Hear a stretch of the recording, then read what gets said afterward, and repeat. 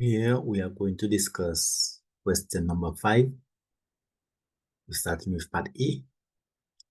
It says a descriptive measure is a numerical value calculated from a sample which is used to describe the population. This is true. A descriptive measure is a numerical value calculated from a sample which can be used to describe the population. So that's a true statement.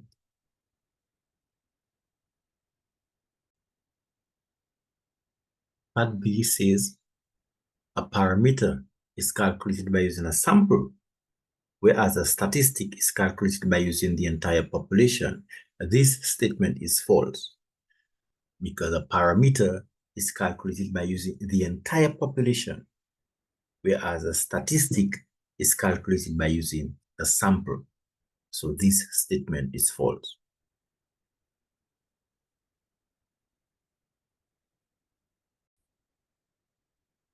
Part C is asking, which of the following is a central tendency? So A is mu. Mu is the symbol for population mean, and population mean is actually one of the central tendencies. The three of them are mean, median, and mode. Here now you have mu, which is a central tendency. B's R, which is the symbol for Pearson's correlation. That's not a central tendency. S is the symbol for sample standard deviation. This is not a central tendency. S squared is the symbol for sample variance, which is not a central tendency. Sample variance is a measure of spread variability. Sample statistic is a measure of spread also variability. And R is a measure of correlation. Mu is the only measure of central tendency here, the population mean.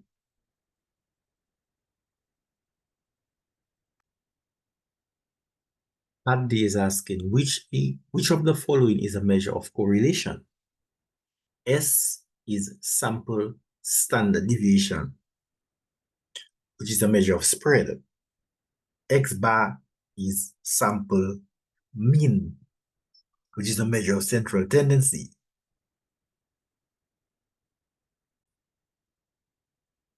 Q3 is the symbol for upper quartile, which can be used to calculate the interquartile range. And rho is the symbol for Spearman's coefficient of rank correlation. So D is the answer. Rho is the only measure of correlation amongst the four. By the way, rho is a Greek symbol representing Pearson's correlation of rank. He is asking which of the following statement is false, and it appears to be C, because correlation cannot exceed the value of 1. It can be any value between 1 and -1, 1 and -1 included. So rho can be 0.57, R can be -0.78, and R can be 0.06. But rho can never be 1.03. So C is the correct answer. This is a false statement.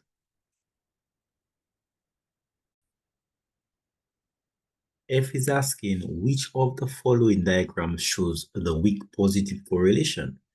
A shows a strong positive correlation because you can see the line of best fit is going up and the dots are close to the line.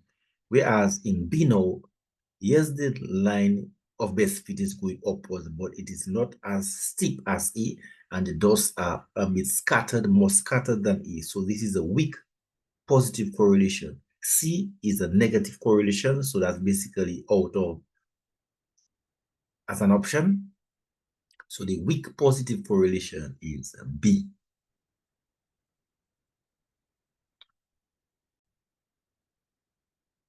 B starts with the 4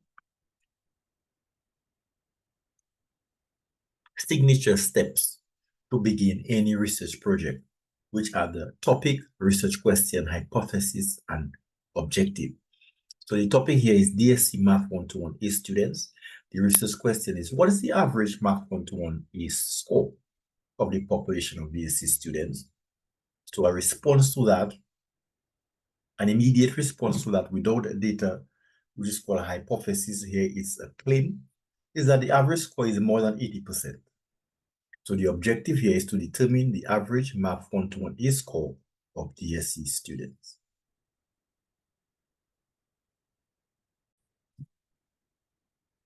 So part I says to show that the sample mean is 53.25%, and then to choose a method 1 or 2 to calculate the standard deviation. So here's the formula to calculate the sample mean or data grouped in intervals. It's sum of fx over the sum of f. So we must find f, we must find x will be the midpoint, multiply each one of them, then add it up, then add up the frequency and divide each other.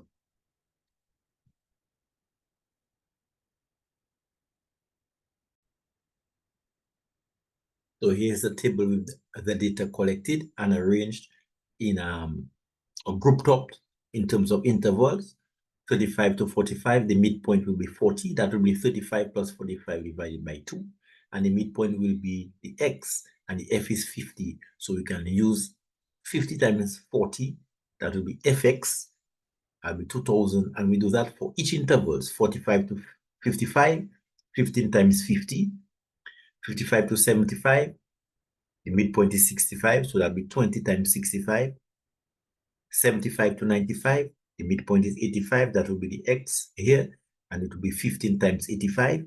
So we do that for each one of them 4 times, and then we add all these fx's, we get a total of 53, 725, we get a total frequency of 100, and we have to divide these two to prove that the sample mean is 53.25, which we can actually see.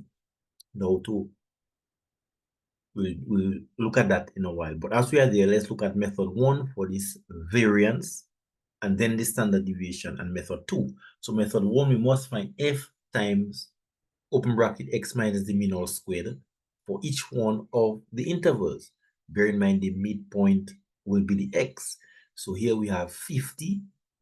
As you can see, 50 times open brackets 40 minus 53.25 close bracket all squared. And this was done for 15 and 50. Here it is, 15 as f, open bracket 50 minus 53.25 close bracket all squared. And this was done for the 20 and the 65 and the 15 and the 85. And then this was summed up to give us 26818.75. That's method 1. Method 2 now wants f times x squared. F is 50, x is 40 here, 50 times 40 squared. And then we have 15 times 50 squared, 20 times 65 squared, 15 times 85 squared.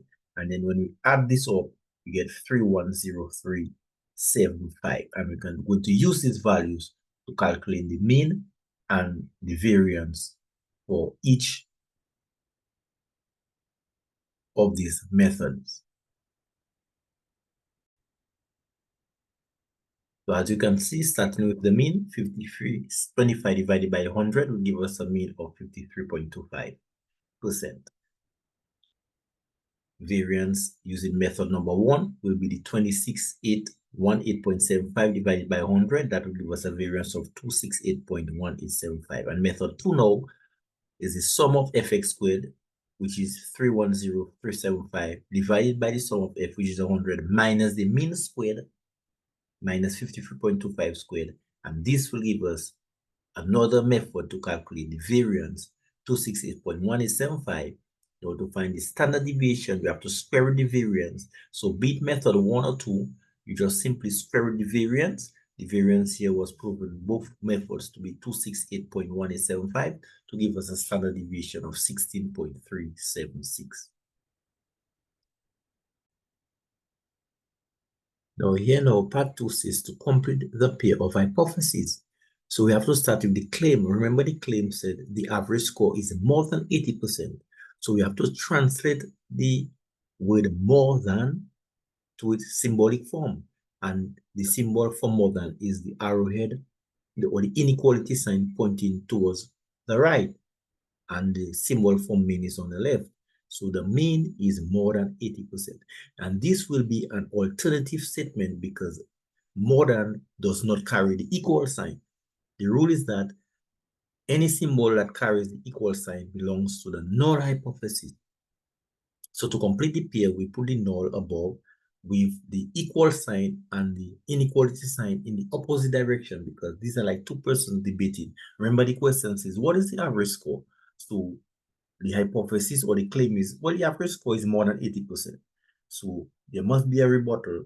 There must be a contradiction to this claim, and then, which will be the null in that case, because the claim here is an alternative, which will be saying that the mean population mean is less than or equal to 80%.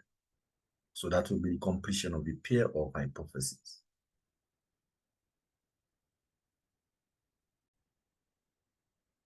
Now, part 3 says, should the null hypothesis be rejected? No, because the null hypothesis is actually saying that the population mean is less than or equal to 80%. And we got a sample mean of 53.25%, which is less than 80%. Okay, so part 4 says give a valid reason for your answer. In part 3, well, the reason is that the sample mean, the reason for not rejecting the null, which is saying that the mean is less than or equal to 80%, because the average mean, the average calculated is 53.25%, which is less than 80%. Okay, so but for to complete the conclusion, we have to conclude with the null because we did not reject the null. So here it goes. Based on the data, there isn't enough evidence to conclude that the population average is greater than 80%. There isn't enough evidence to prove that. So therefore, in other words, the population mean must be less than or equal to 80% because we got a sample mean of 53.25%.